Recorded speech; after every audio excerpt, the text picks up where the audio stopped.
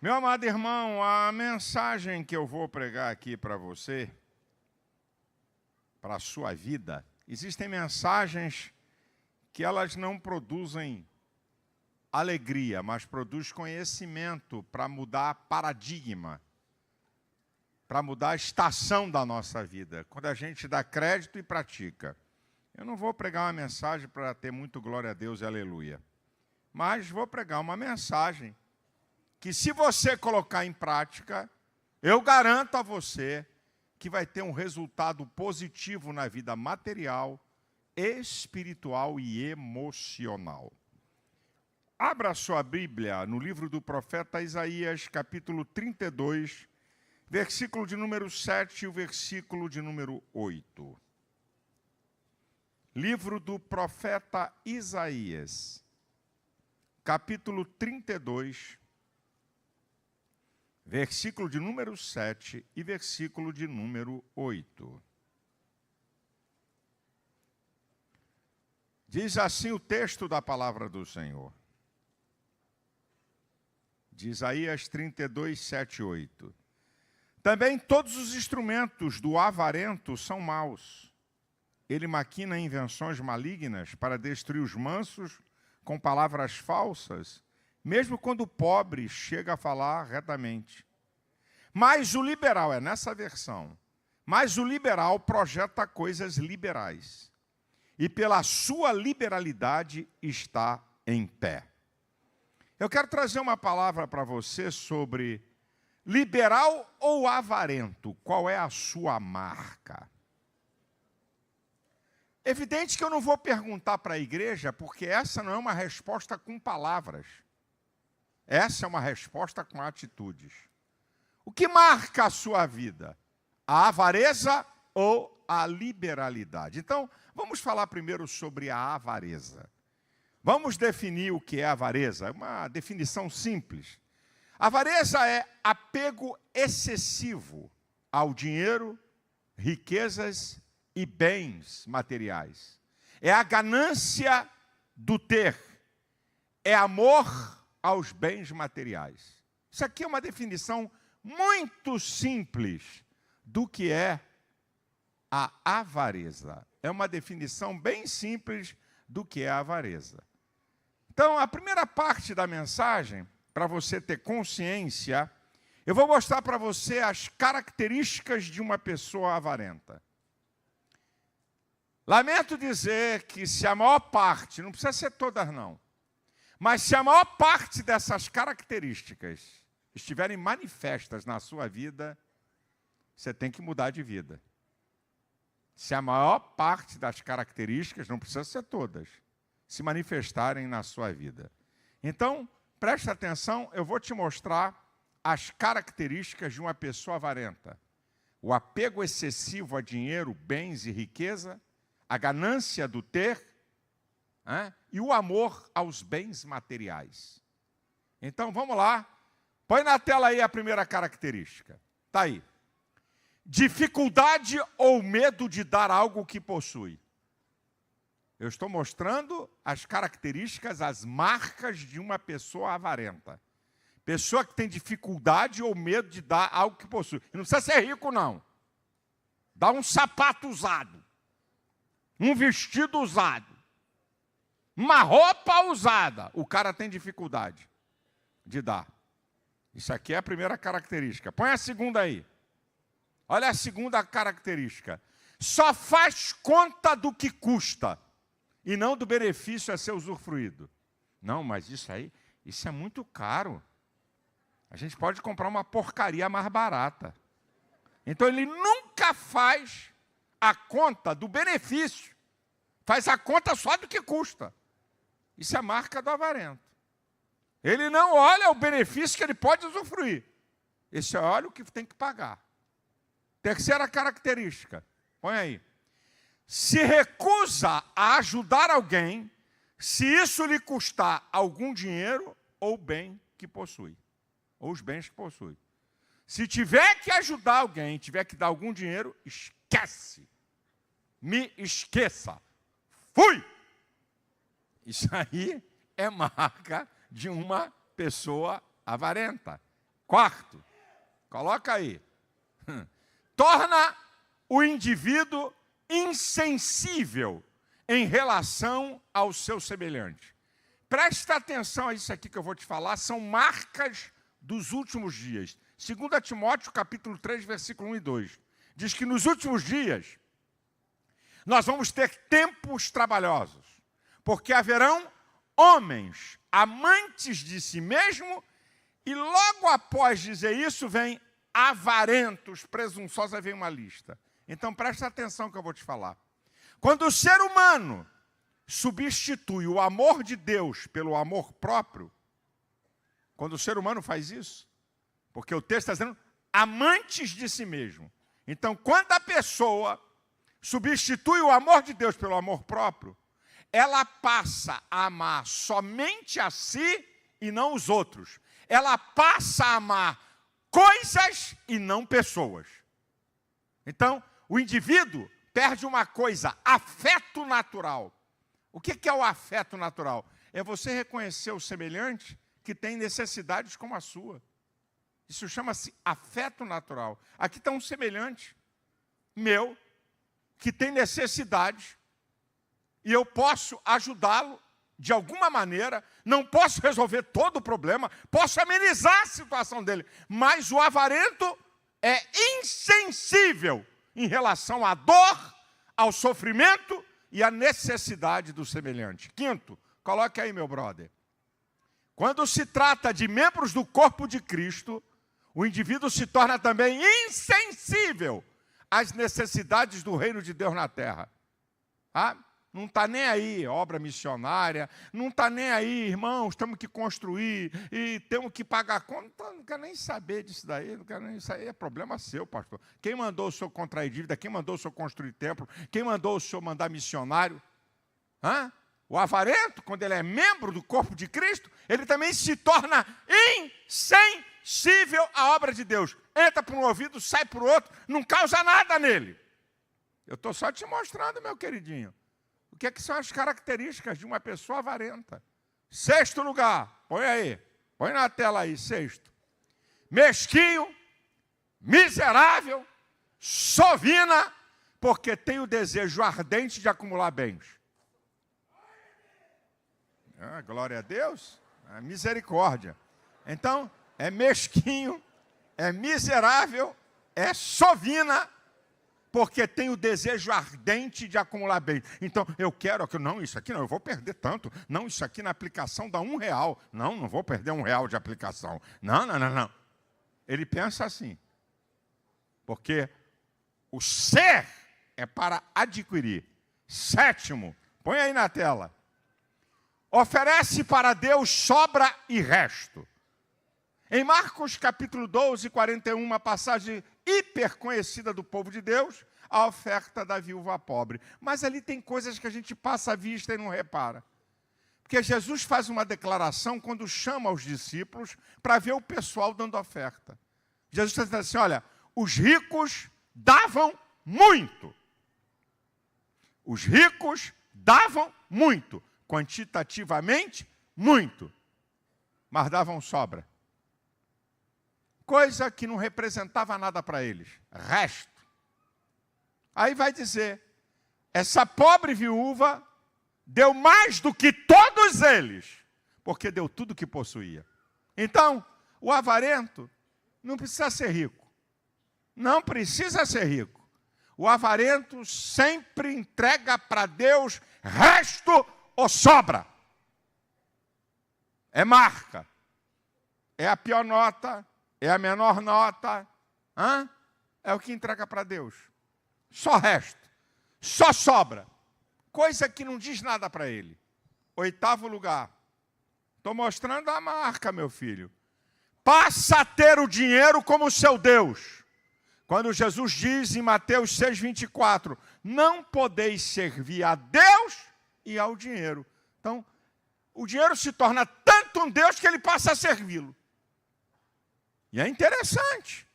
Não podeis servir a Deus e não podeis servir ao dinheiro. Coloca o dinheiro no mesmo patamar da divindade. Só que o dinheiro como Deus é terrível, é mau, é perverso. Mas isso é que faz o avarento. Ele passa a ter o dinheiro como Deus, passa a adorá-lo e passa a servi-lo. 9, põe aí. Impede o ser humano de usar seus bens com tranquilidade e liberalidade. O que é isso? Caramba, por que eu gastei esse dinheiro? Por que eu dei essa oferta? O cara fica com dor na consciência. Ele não tem paz. Tá? Ele não consegue usar o que tem com tranquilidade e liberalidade. Não consegue. Não tem paz para doar. Não tem paz quando é a questão de usar o recurso até para comprar alguma coisa para si. Ele não tem paz.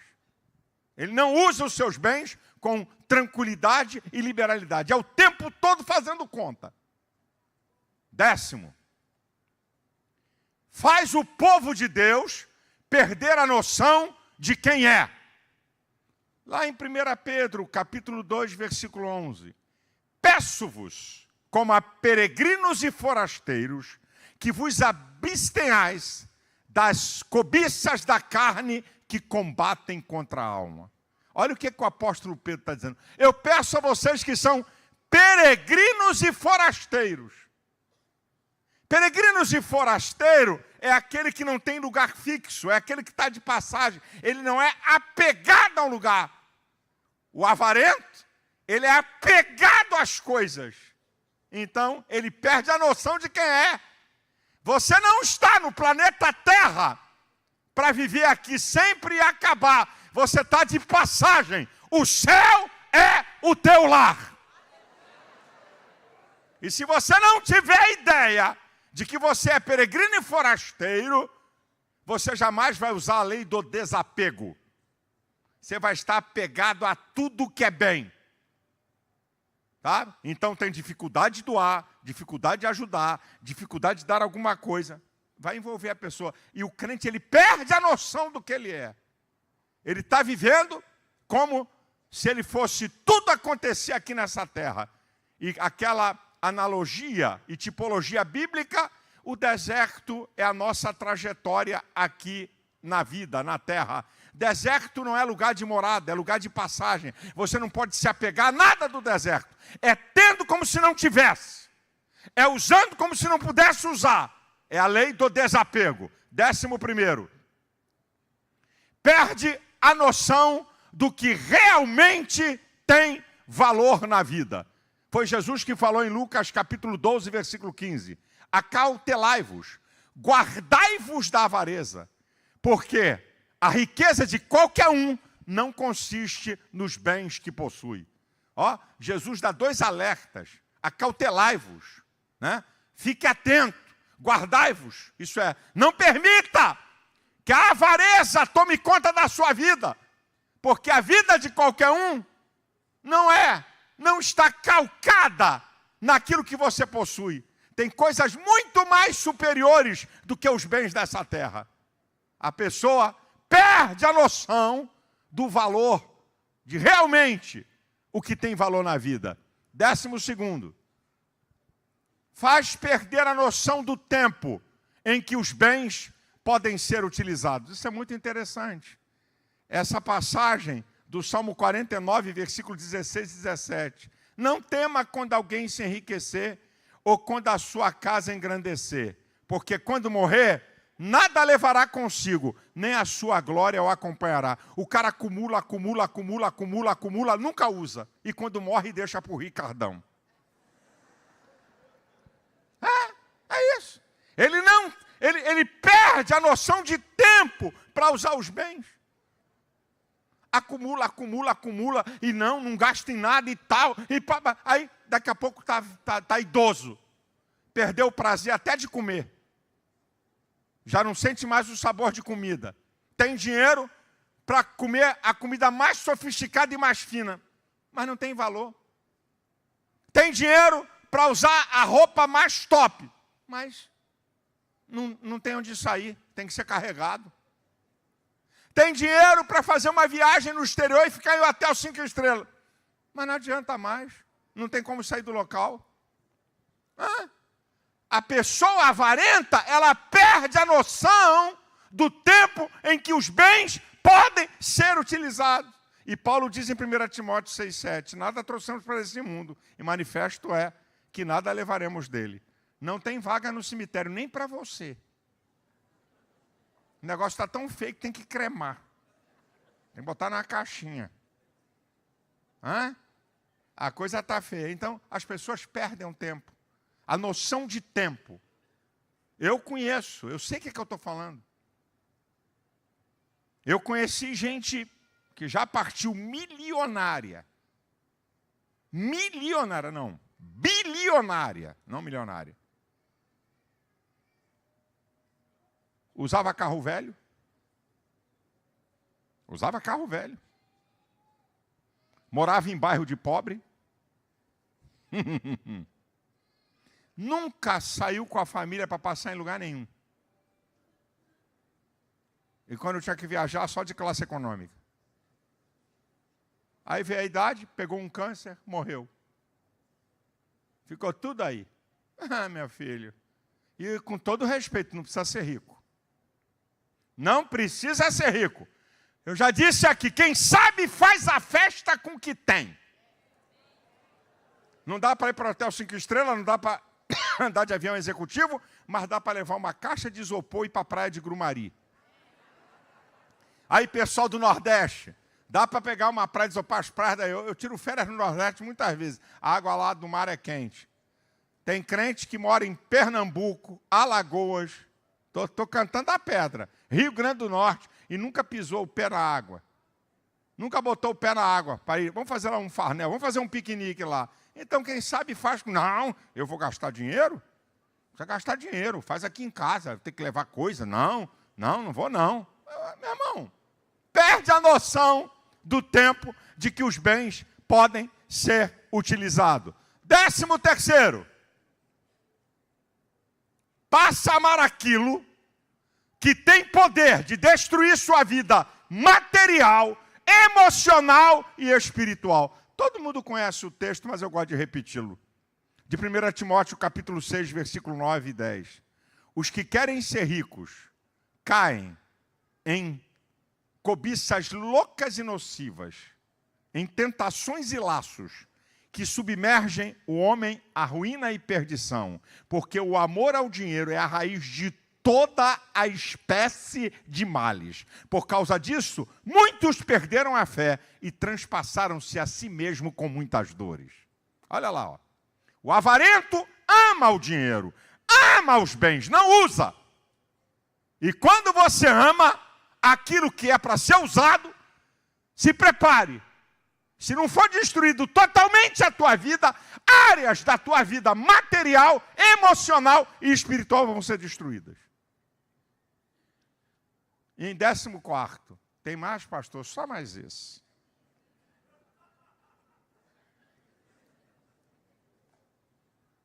A avareza é a prática de um pecado grave.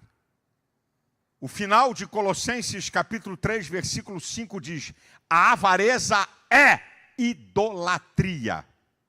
E a idolatria é um pecado grave. Então não pensa que a avareza é um comportamento como qualquer outro comportamento. É errado, é uma bobagemzinha. Você está enganado. A avareza é um comportamento que, na verdade, é um pecado grave. Porque o avarento adora dinheiro, bens e riqueza. Sabe qual é o resultado? Sabe qual é o resultado da vida de uma pessoa avarenta no reino de Deus? Eu vou te dar aqui o resultado. Número 1. Isso aqui é resultado. Perda da comunhão no corpo de Cristo. Escute isso aqui. E eu provo com a Bíblia. Perda da comunhão no corpo de Cristo. O apóstolo Paulo fala, em 1 Coríntios, capítulo 5, no versículo 11, que você não deve se associar. Olha o que o apóstolo Paulo está falando.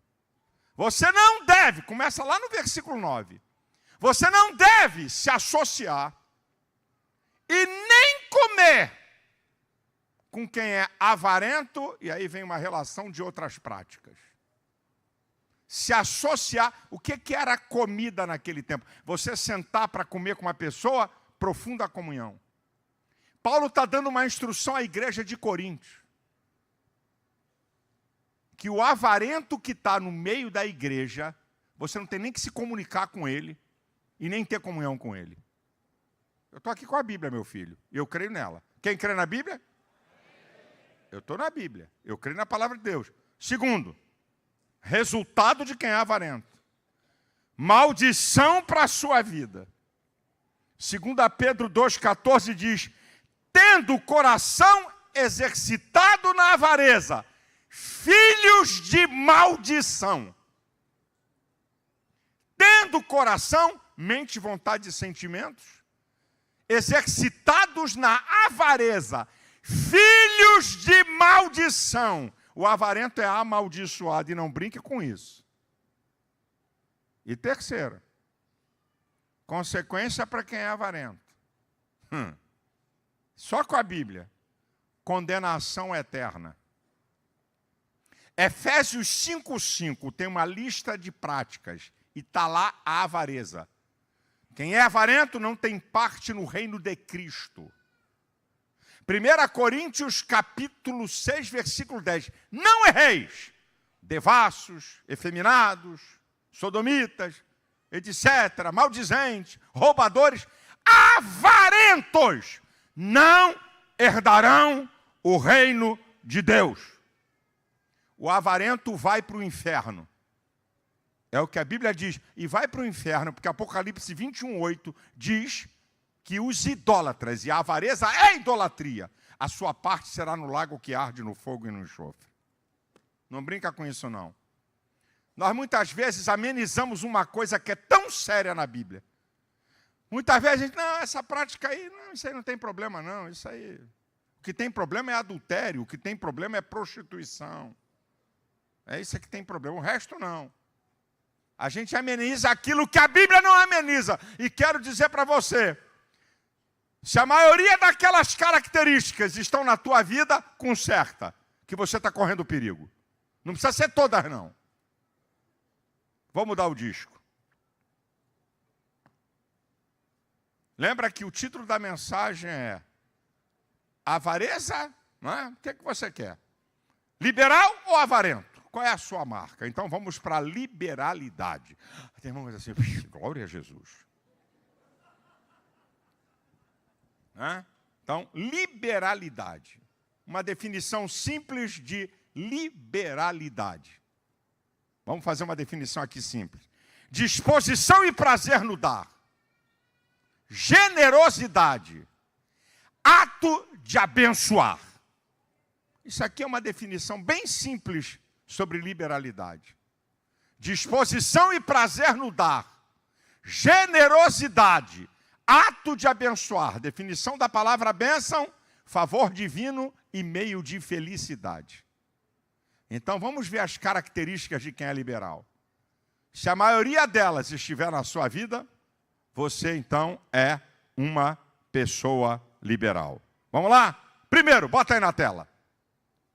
Características de quem é liberal. Manifesta o caráter de Deus. Escute isso aqui, minha gente. Existem os atributos comunicáveis, já ensinei isso aqui, e os atributos incomunicáveis da divindade. Atributos incomunicáveis, só Deus possui. Onisciência, onipresença, onipotência e eternidade. Isso é, não deve a sua existência a ninguém. Deus vai dar ao homem a eternidade. Ser eterno é Deus. Então, são atributos incomunicáveis. Só Deus possui. Atributos comunicáveis da divindade.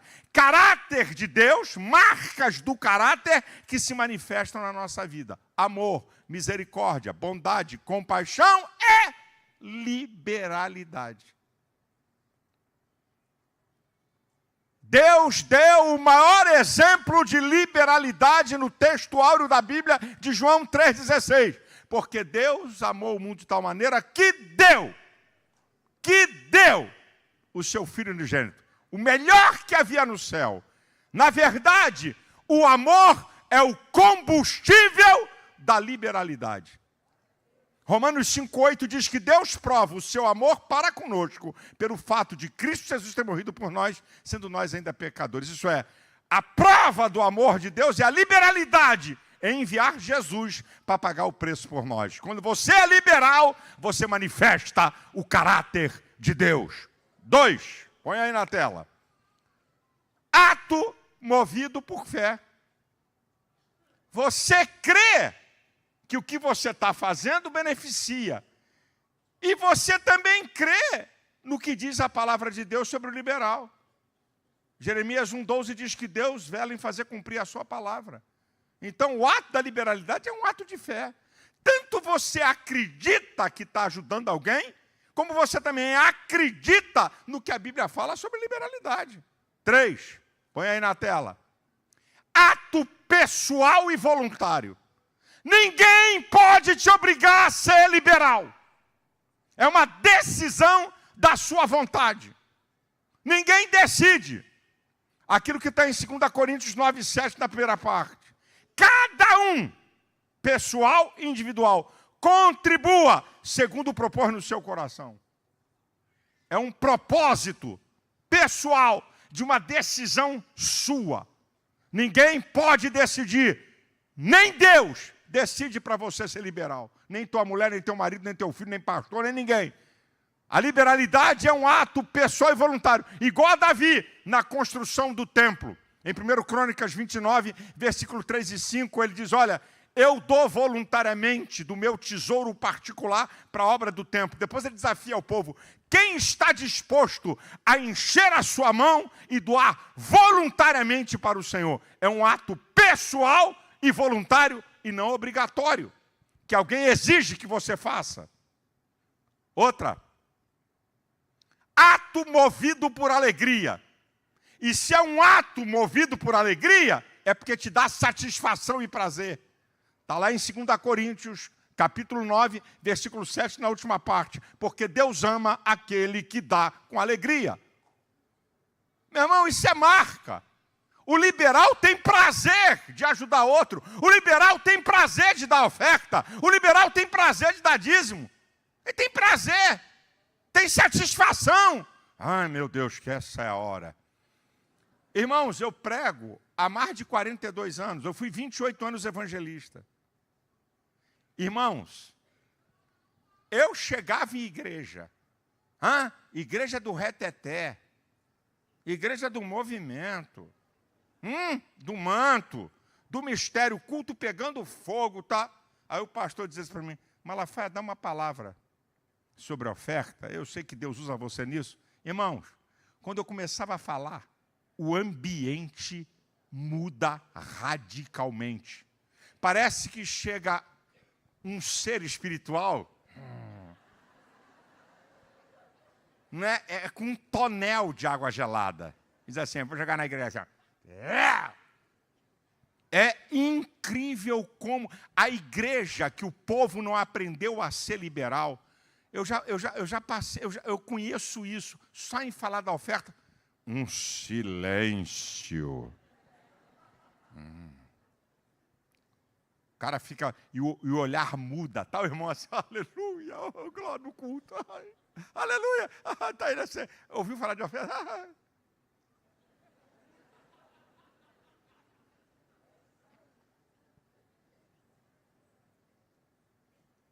Tem igreja que você vem falar de oferta e o povo está do mesmo jeito. Se estiver pegando fogo, quando estiver pegando fogo, se não estiver pegando fogo, está no seu estado normal. E aceita a palavra, não há resistência. 5, põe aí na tela. Isso aqui é uma marca do liberal. Doa até o que faz falta. Irmão, o liberal só faz isso movido pela graça de Deus. É o testemunho de Paulo sobre a igreja da Macedônia. É lindo esse texto. Para mim, esse é o texto mais lindo sobre liberalidade. 2 Coríntios, capítulo 8, do versículo 1 ao 3. A graça que foi dada à igreja da Macedônia, que em muita prova de tribulação, houve abundância da sua alegria, que da sua profunda pobreza houve riqueza de generosidade, porque deram segundo o seu poder, o que eu testifico, acima do seu poder, e deram voluntariamente. Sabe o que o texto está dizendo? Os crentes pobres da Macedônia ajudaram os mais pobres que estavam passando fome na Judéia. Meu irmão, só a graça de Deus no coração de um liberal para ele poder dar até aquilo que lhe faz falta. A igreja da Macedônia, o texto é tão lindo que diz, da sua profunda pobreza, não eram pobres, eram terrivelmente pobres. Houve abundância da sua liberalidade, da sua generosidade. Eu testifico, diz Paulo, eles deram não apenas segundo o seu poder, eles deram acima do seu poder. Não foi Deus que mandou, não foi Deus que obrigou, eles fizeram isso voluntariamente.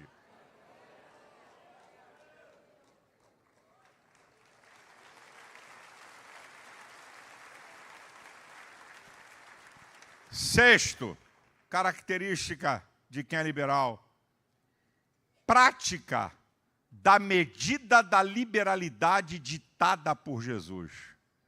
Quem é liberal, pratica a liberalidade na medida ditada por Jesus. Ah, liberal? Ai, liberal, né? Eu sou liberal. Oh, eu sou liberal, aleluia. Vem cá, meu filho, eu sou liberal. Ô, glória. O irmão está precisando pagar uma conta de R$200, né? Leva 2. Eu não. Eu podia até dar, mas... Aqui, irmão. Leva. Eu sou liberal. Agora, o cara está com nota de 100. E aí ele pega, peraí. Vê que eu tenho a moeda aqui.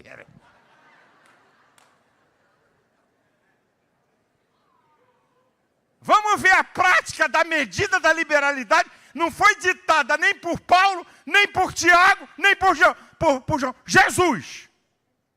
Lucas 6,38. Dai e ser-vos-á dado. Boa medida, recalcada, sacudida, transbordante. Aí ele vai dizer uma coisinha interessante para você entender que essa é a medida. Porque com a medida que você medir, você vai ser medido. Então, se você quer receber algo abundante, sacudido, recalcado, transbordante, então utilize essa medida. Vamos analisar? Olha a medida da liberalidade. É incrível o texto. O texto é incrível. O que ele está dizendo? A medida, boa medida. Boa medida é uma quantidade maior e não menor. Depois ele vai usar um termo de quem mede grãos. Recalcada e sacudida. Isso é uma medida que ela é prensada e sacudida para não deixar espaços vazios, para você não enganar a medida. Saquinho de pipoca. Eu já contei aqui, quando eu namorava Elisete, com 15 anos, a partir dos 14, comecei na prática com muito tempo atrás. Eu ia buscar Elisete na escola. E aí eu chegava cedo, eu vinha de Largo do Tanque, Jacarepaguá, e ela estudava na Eurico Dutra, aqui no IAPI. E eu chegava cedo e tinha um pipoqueiro. Saía um grupo de turma primeiro, depois de meia hora, 40 minutos, saía o grupo da Elisete. Aí, uma vez eu estava lá e comecei a pegar amizade com o cara, conversar. Aí, um dia, eu vi ele afobado para vender pipoca, porque um lado é pipoca doce, outro lado é pipoca salgada. Aí eu vi ele afobado, como é que é isso aí, cara? Como é que põe aí? Eu vou te ajudar. Aí, ele me ensinou o que é uma medida recalcada, sacudida e transbordante. Ele falou, abre o saco de pipoca, põe uma colher de pipoca e dá uma pancadinha. Para a pipoca ser sacudida, recalcada. vai botando e vai dando uma pancada. Cada vez que você botar uma concha de colher, você dá uma pancada. E quando chegar na boca, você bota o saco dentro, né, do espaço que tem as pipocas e joga uma concha. O que cair fica dentro da carrocinha e o que ficar em cima, leva. Pipoqueiro safado. Ele abre, ele me ensinou isso, ele abre o saquinho de pipoca e vai enchendo. Enchendo. Aí transborda e te dá. Vai ter espaços vazios no saco de pipoca. A medida é mentirosa. Olha o que Jesus está ensinando, gente. Isso aqui é a medida do dar. Abundante. Não é uma coisa qualquer, não é uma coisa pequena. Recalcada. Prensada. Sacudida. Transbordante. Isso é algo que vai ter uma grande quantidade e vai ultrapassar o limite. Essa é a medida da liberalidade. Você quer ser liberal? Dê alguma coisa que tem valor. Não se engane. Não engane as pessoas, nem se engane com medida errada, mesmo que tenha algum valor na tua mão. Transbordante, que ultrapassa o limite. Eu estou te mostrando, meu irmão. E é interessante que esse texto não se aplica só a finanças. Esse texto é um padrão de doação no reino. Esse é um texto que está mostrando um padrão de doação do verdadeiro cristão no reino de Deus. Tudo que eu vou fazer, meus talentos, minha prática, meu serviço, está baseado nisso. Fazer alguma coisa acima do normal. Fazer alguma coisa completa, sem engano. Fazer alguma coisa que ultrapasse o limite. Essa é a ideia. Sétimo, prova. A liberalidade é uma prova da dependência de Deus. A liberalidade é uma prova da dependência de Deus. E Davi era o cara nessa área. O bilionário rei Davi. Quando ele está trazendo as ofertas para o templo, 1 Crônicas da construção do templo, 29, a partir do versículo 11, ele vai dizer: Tua é, Senhor, a magnificência, a honra, o poder, a vitória e a majestade. Teu é tudo o que há nos céus e na terra. Teu é o reino. Tu te exaltastes acima de todos como chefe. Riqueza e glória vêm diante de ti. Tu dominas sobre tudo. Na tua mão está o engrandecer e o dar força a tudo. Te damos graças e louvamos o nome da tua glória. Porque quem sou eu e quem é meu povo para que pudéssemos dar voluntariamente tamanhas coisas? Porque tudo provém de ti e da tua mão damos. Oh, meu irmão. O liberal sabe que o que tem é porque Deus permite. Davi sabia que toda a sua riqueza, a oferta de Davi para a construção do templo foi 131 mil quilos de ouro, 307 mil quilos de prata, fora tecidos finíssimos e pedras preciosas, mais de 8 bi no dinheiro de hoje. Isso é a oferta pessoal de Davi. E ele está dizendo que tudo que ele possuía, o liberal sabe, tudo que tem, tudo que é, tudo que faz, é permissão de Deus. Oitavo, a verdade é que a liberalidade para o povo de Deus é uma prova de obediência a Deus. É o texto célebre de Malaquias, capítulo 3, versículo 8. Porventura roubará o homem a Deus? Vós me roubais e dizeis: em que te roubamos? Nos dízimos e nas ofertas. Nos dízimos e nas ofertas. Vocês estão me roubando nos dízimos e nas ofertas. Vocês estão me desobedecendo. Agora, deixa eu falar uma coisa. Tem muita igreja nova aqui, gente. Tem crentes novos na DEVEC. E você que já sabe, vai ouvir de novo. E quem não sabe vai aprender. Há algum irmão novo ou alguém que está me assistindo na transmissão? Não leva a mão não, pastor. Dízimo é do Antigo Testamento. Esse texto é no Antigo Testamento, é mesmo? A casa vai cair. Que eu vou te provar que dízimo e oferta não é regra, é princípio. E princípio é que sustenta as regras. Princípio não depende de era. Princípio é antes da lei, na lei e na graça. Dízimo e oferta é antes da lei. Abraão deu dízimo de tudo, Jacó deu dízimo. Na lei, Está aí Malaquias e na graça. Na graça, Mateus 22, 21. Onde é que Jesus disse, dai a César o que é de César e dai a Deus o que é de Deus? No templo. O que você estava dizendo? Pague o tributo a César e dê o dízimo ao Senhor. É isso que Jesus estava dizendo. Mateus capítulo 23, versículo 23. É o capítulo dos fariseus hipócritas. Ai de vós, fariseus, ó. Vocês são hipócritas. Dizimais o endro, a hortelã e o cominho. Eles dizimavam a horta medicinal, que não tinha obrigação de dizimar. E vocês esquecem o mais importante da lei: o juízo, a misericórdia e a fé. Devias fazer estas coisas, juízo, misericórdia e fé, sem omitir aquelas, isso é, sem omitir o dízimo. E Hebreus 7, 8 diz uma coisa incrível. Aqui, isso é, na antiga dispensação, se dá dízimo a homens, dava-se dízimo ao sacerdote, eles participavam do dízimo. Ali, na nova dispensação, se dá dízimo àquele de que vive para sempre.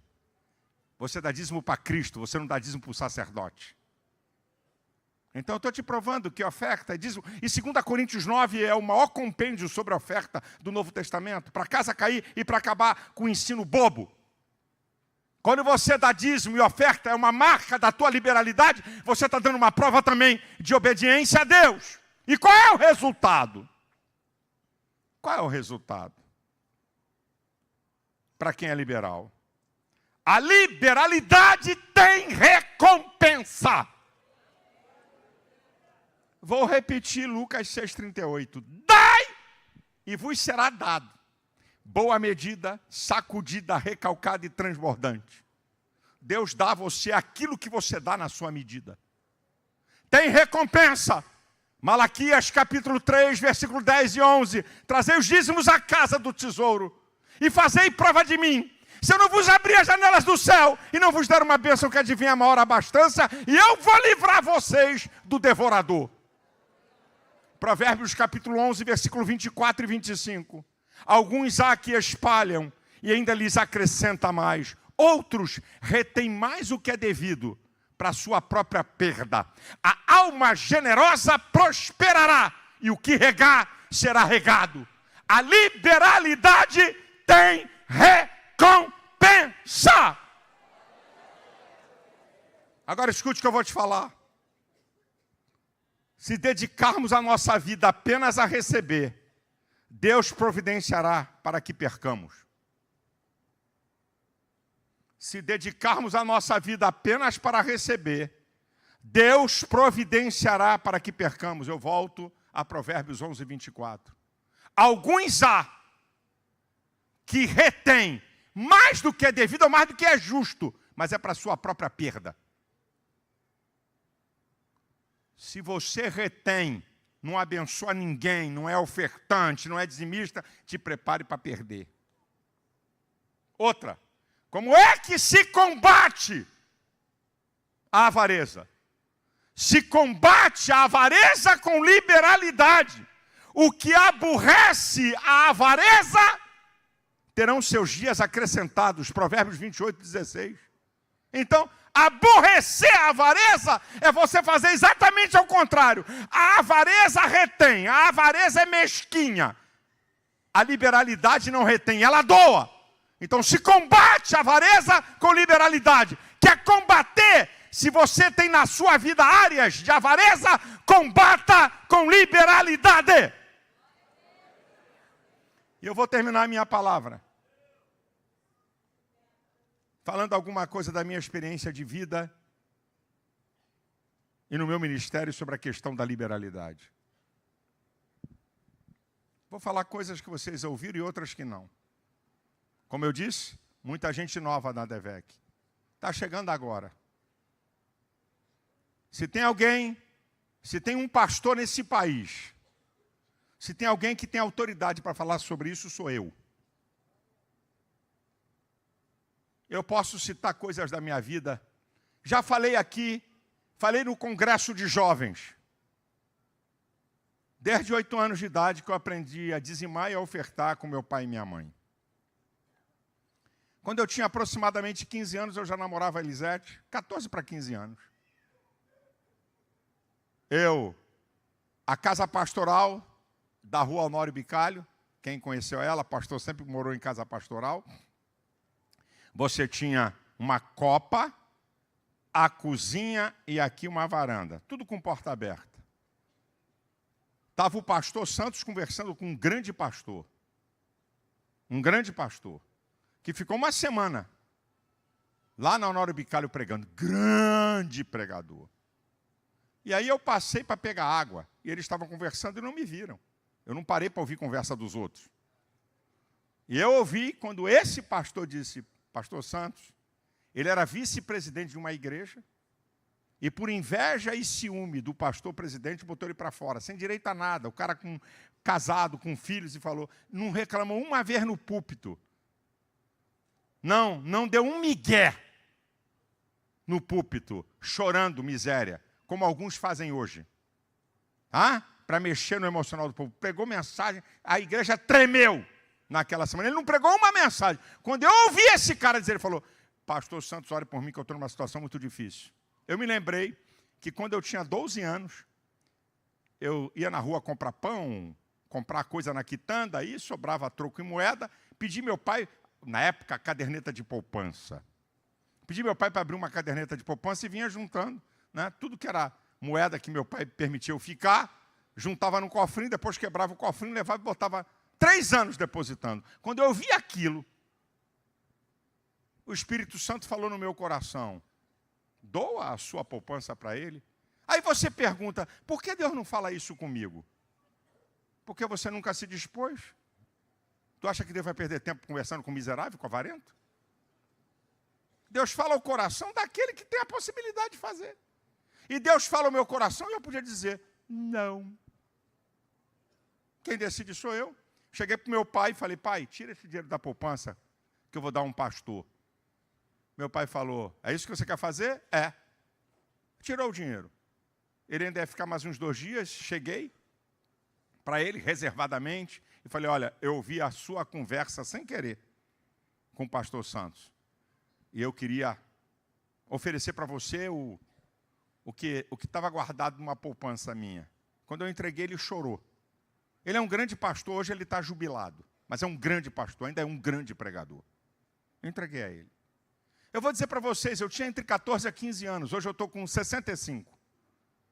Não é toda hora, mas algumas vezes, quando eu recebo uma oferta especial, o Espírito Santo fala comigo.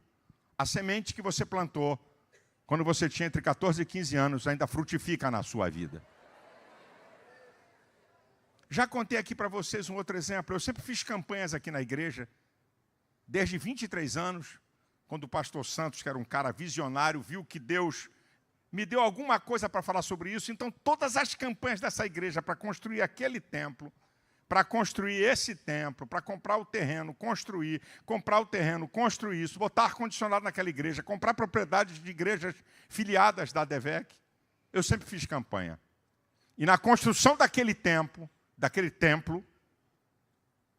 na hora mais difícil, que era o acabamento, o dinheiro já estava todo esgotado, eu ia fazer uma campanha e eu não tinha nenhuma oferta que eu queria, do nível da oferta a dar. Eu me lembrei, então, que a Elisete trabalhava num banco. E eu pedi a Elisete, vê lá com o gerente qual é o limite máximo do empréstimo que ele te dá. Eu não estou mandando ninguém fazer isso. Eu estou dizendo o que eu fiz. Eu estou dando o meu testemunho.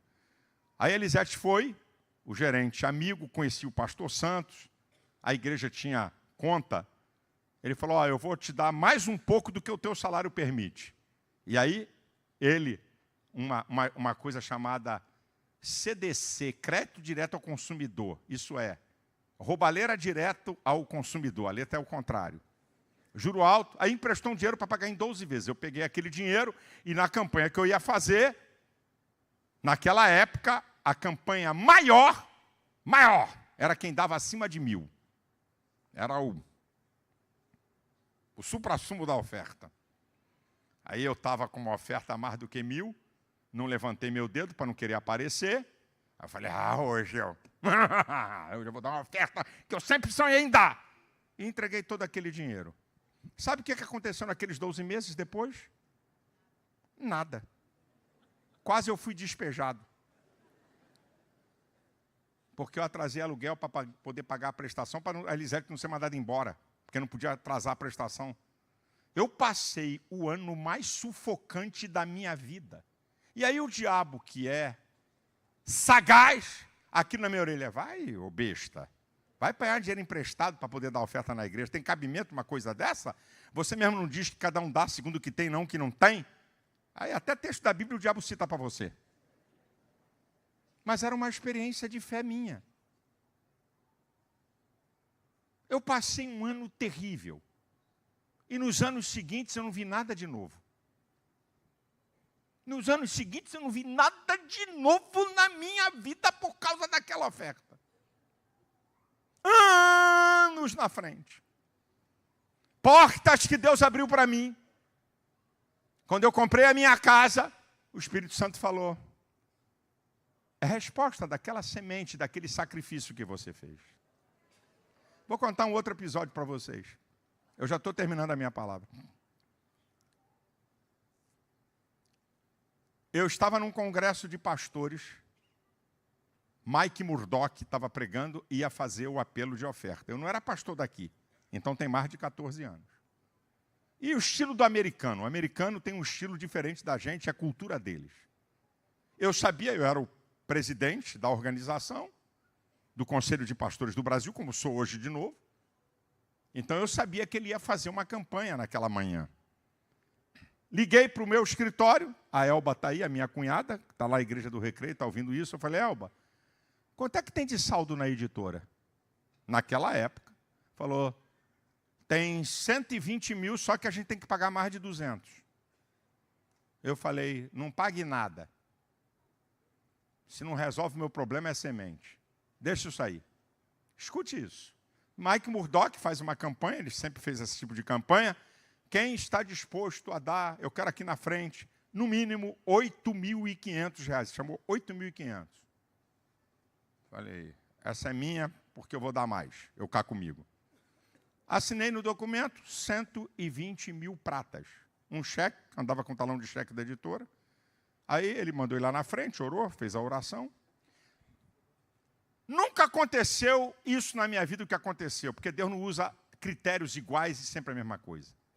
Quando acabei de levar o envelope com vários irmãos na frente, uma irmã me pegou pelo braço, uma empresária disse assim: ô pastor,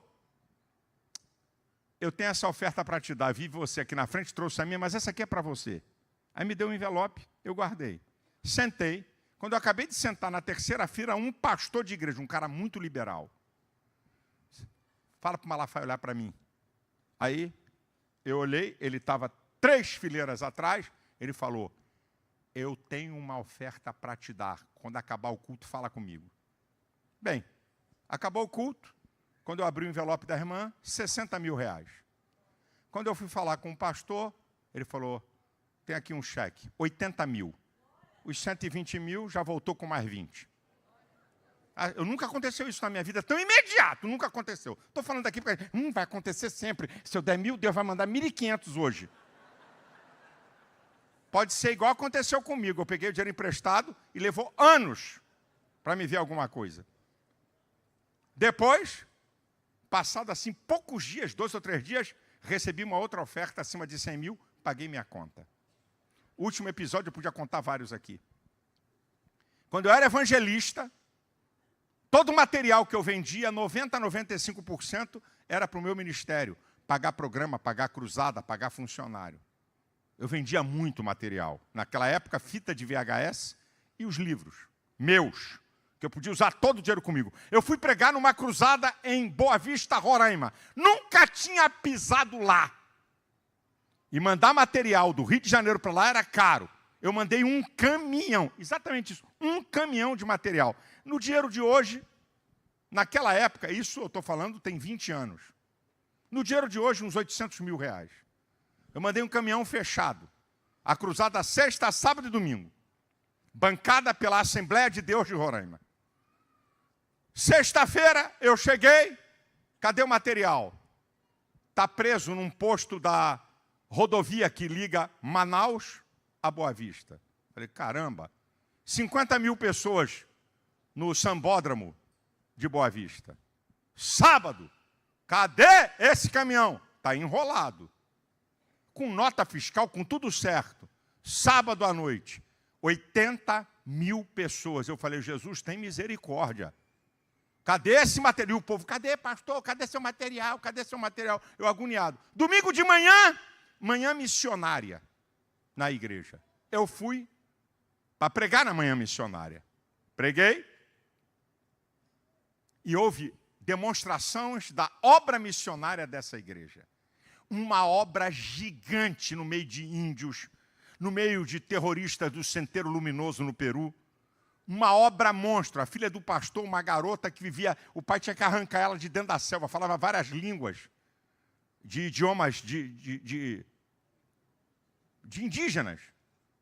Aí, 50% da renda bruta dessa igreja para a obra missionária. O caminhão chegou, foi liberado, chegou por volta de 1h da manhã do domingo. E quando eu ouvi a história, o Espírito Santo falou comigo, você entendeu porque eu segurei o caminhão? Porque se eu tivesse vendido todo o material,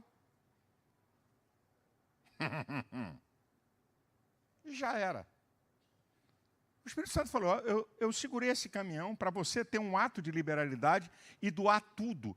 Eu falei, Jesus, eu preciso pagar contas de televisão e sobra um pedacinho para me sustentar minha família. O Espírito Santo falou para mim, ofereça? Eu falei, pastor, posso pedir a oferta missionária? Acabei de pregar, ele falou, pode. Aí eu contei a história, que o caminhão tinha chegado naquela madrugada, e porque Deus atrasou.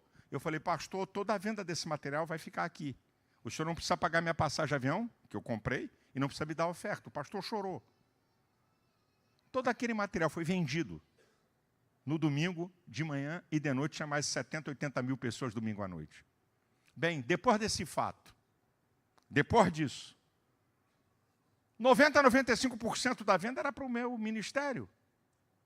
Para bancar, eu não era pastor de igreja, não tinha recursos. Uns 5% para a minha vida, material meu. Depois desse fato, Deus levantou um cara. Depois disso, Deus levantou um cara para dar ofertas para o meu ministério.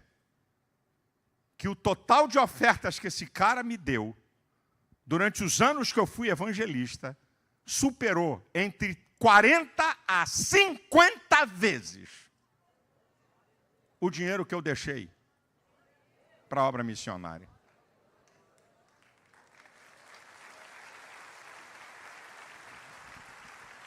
A última, essa semana, essa semana.